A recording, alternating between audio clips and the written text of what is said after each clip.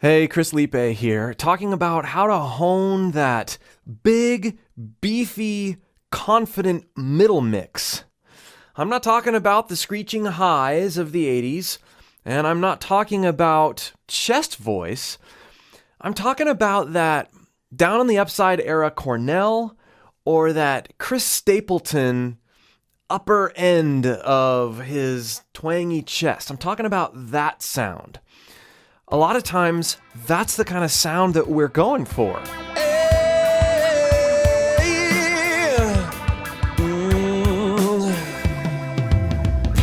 know it's been a long time since I've held you. I wanted it to mean something. I wanted it to mean something. I know it's been a long time since I've held you. I wanted it to mean something.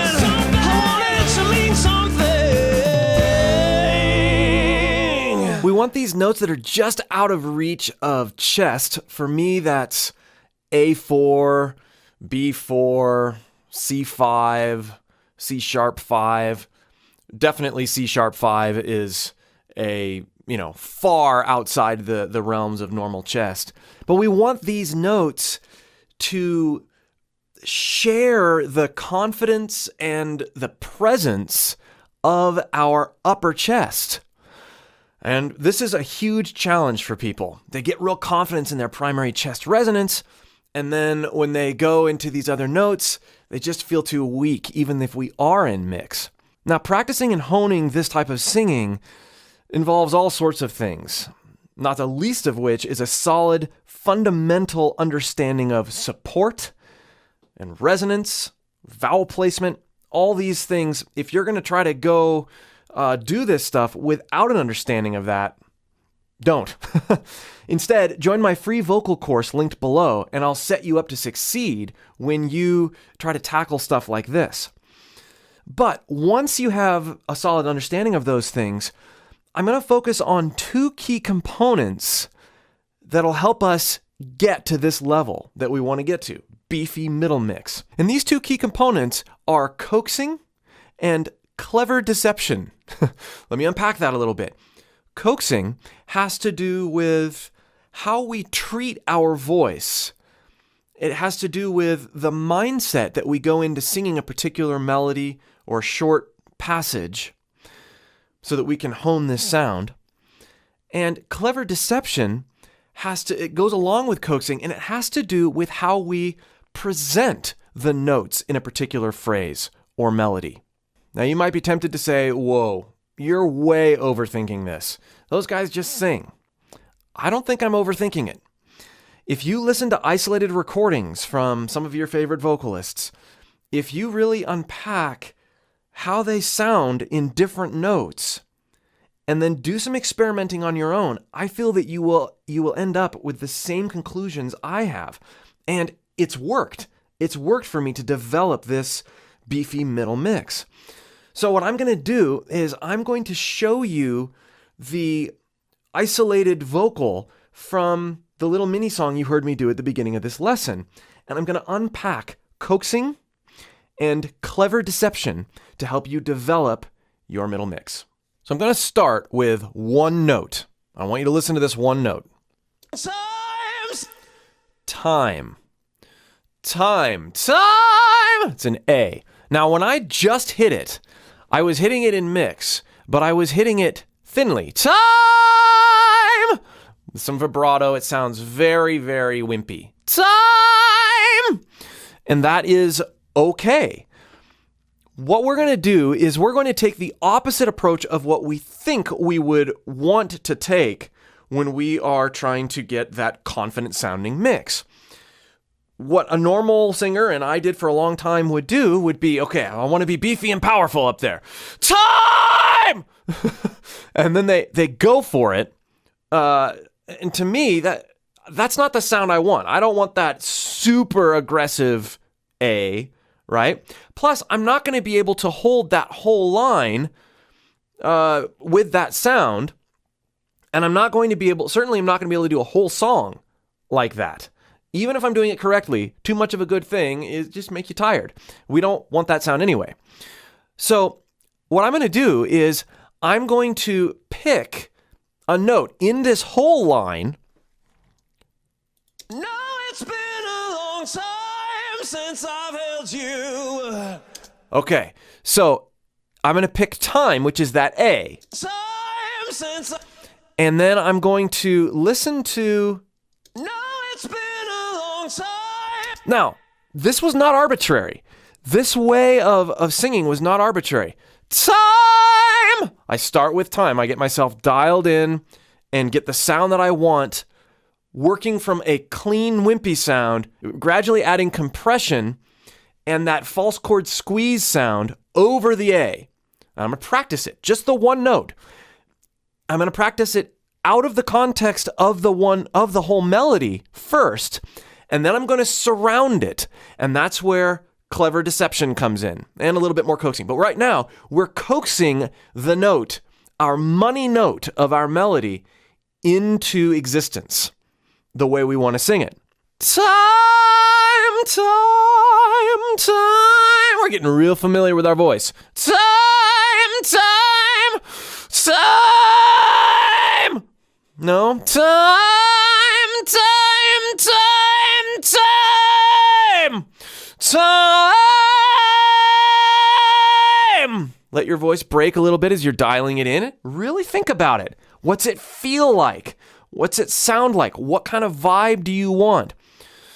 Time! Time!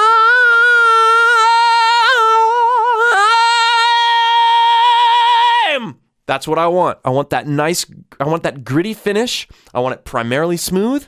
I want it to have that. The only way I know how to say it is that down on the upside sound. Time! Time!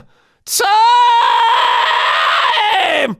Practice extremes around it so you know how to go in and out, and you're familiar with what it feels like when your voice starts to go away from what you really want the sound to be.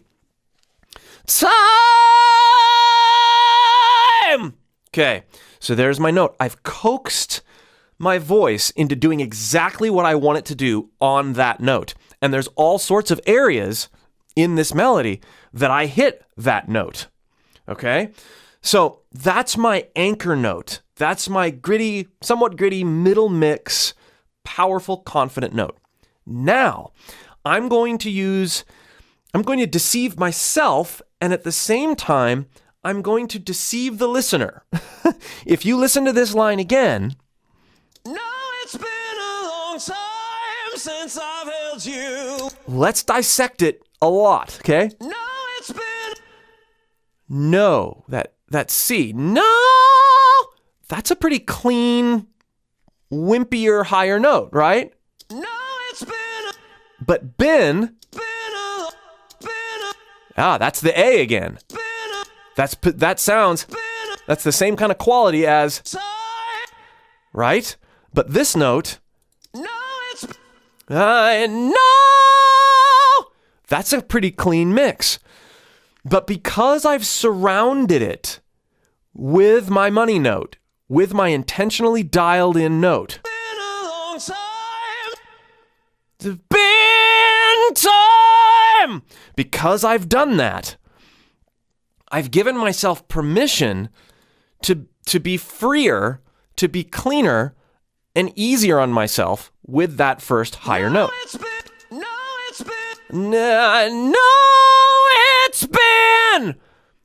That's very different than I know it's been a long time. There's a psychological thing that happens. Now, not that didn't sound good, but it was over the top, and it was unintentional, and I got inside my own head a little too much when it came to hitting that C. No, it's been a long... If I start light and drill down into my money note, the whole line benefits from that confidence and that middle mix sound. This is very important. This is a mind game for yourself because you want to nail that C. This is a listening game, kind of, for the audience too, because they're not really going to notice that that higher note wasn't as gritty as your A note. Unless they're as picky as you and I are after we do this. You'll probably start noticing this. As a matter of fact, if you listen to Jesus Christ Pose, Soundgarden, Chris Cornell, that high D he's singing is much cleaner, especially when he's doing it live. In the earlier days, it's much cleaner than the other notes right below it. You don't really think about that. You just think, man, he's nailing that. I mean, that's the same sort of approach that we're using here. Okay, so let's further unpack the web of deception. No, it's been a long time since I've held you. Okay, now I also go from this time, my money note, into a comfortable chest range. The best vocalists out there are singing their own melodies, right?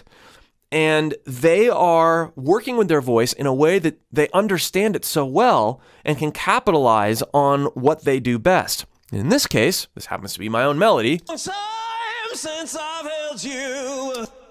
I love being able to go from a money note, which is aggressive and mixed and has that higher sort of out of control, controlled sound.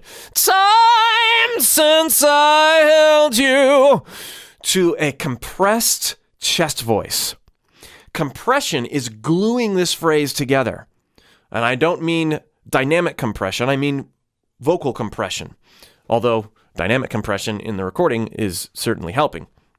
Time since I've held you. Time since I've held you. Now, we could not compress our chest voice after the compression that we're using on our higher A note. Time since I've held you.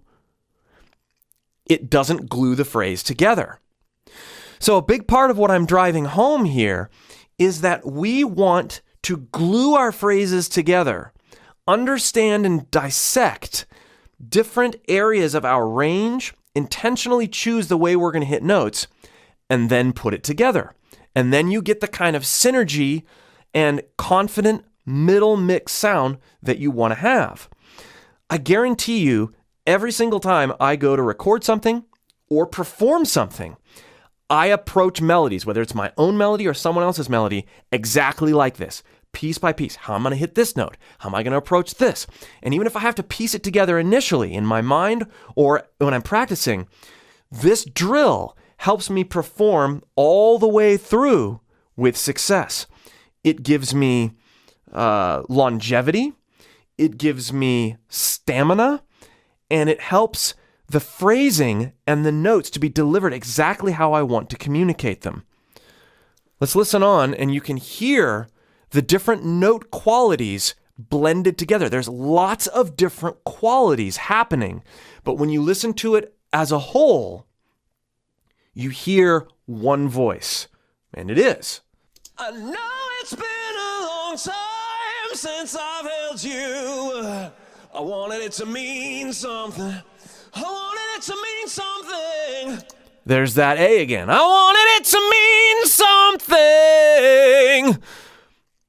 And then bridging down into pure chest with less false chord engagement, but definitely compression. To mean something. You hear a little bit of grit, but it's not grit for grit's sake. It's not, it's not that. It's a controlled compression that's bringing the voice forward sounding. I wanted it to mean something. You hear it there on mean something, mean something. All these things all these notes are supporting the rest of the notes. I wanted it to mean something. I wanted it to mean something. Now, listen to this time. Time since It sounds awful a lot like it's not the same note, or it's not the same performance. It's a different note. But practicing how I'm going to hit that note every time, like a basketball player shooting free throws, you get into a rhythm, and you know you can confidently get to that note. Time since I've I wanted it to mean something. I wanted it to mean something. Now, there's a particular background ad-lib piece that I put in towards the end that I want to unpack because my perspective changed. Where's my money note? Where's my target note? And the quality of my voice changed intentionally. Listen. A long time. A long time. Still got that A. Along. I was intentionally, though, changing my perspective. I don't want to, even though that's still a C, or, I wanted that C to be way different than the no, it's been a long time, right? I wanted that sort of light waterfall thing to happen. I really exaggerated it there. But here, I'm going up. I'm hitting that note. This is another thing that these aggressive vocalists, Steven Tyler, Chris Cornell, some of these guys do so well is they build tension up to a note. And that's what I did here. Even though I was hitting it cleanly earlier, no, it's been a long. Now I want to make it feel harder. I want to make it look harder and sound harder. Along. So there's my anchor note. A long time. And then I just want to go for it. Now, in this case, I'm approaching that C with the vocal break mentality that I've talked about in a lot of other lessons. But even here, how much of it do I actually want? How much pitch do I want? Note versus how much break do I want, right? So, a long time, a long time, a long time, a long time. And you'll eventually get to the point to where you're able to intentionally dial in the amount of intensity you want. But I can't stress enough how this type of thinking has helped me develop particularly my middle mixed confident sound. I hope you found this enlightening and helpful. Definitely let me know what you think in the comments below. And again, if you want to take this stuff further and develop a solid foundation for being able to do this kind of stuff yourself, be sure to click the link below and join my free vocal course. We'll see you for more.